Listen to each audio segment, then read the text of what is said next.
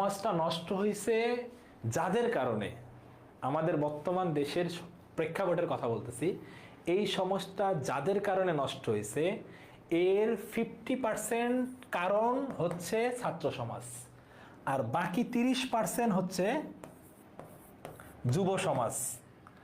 এটা হচ্ছে ছাত্র সমাজ আর এটা হচ্ছে যুব সমাজ, আর বাকি 20% হচ্ছে উপর পর্যায়ে যারা, তারা। ছাত্র সমাজের কোনো নীতি নৈতিকতা নাই, চরিত্র নাই, এরা চরিত্র নষ্ট করে ফেলছে।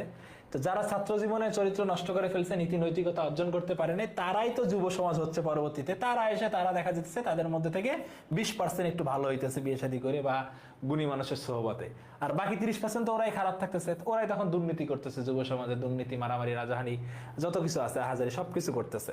এরপরে বাকি এই বয়সে যারা চলে যায় 14, অর্থাৎ পরবর্তী যে 14 বা 40+ এর বয়সে যারা চলে যায়, তারা দেখা যাচ্ছে যে সুদ ঘুষ থেকে শুরু করে যাবতীয় অপকর্মের সাথে জড়িত।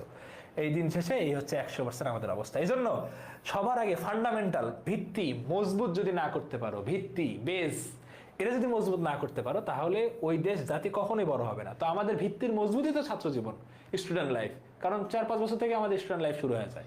তো সেটাকে যদি আমরা স্টেবল করতে না পারি, সেটাকে যদি আমরা স্ট্রং করতে না পারি, সুন্দর করতে না পারে, তাহলে আমাদের ভবিষ্যৎ প্রজন্ম বা ভবিষ্যৎ কখনোই ভালো হবে না, কখনোই ভালো হবে না। তো যাই হোক, যে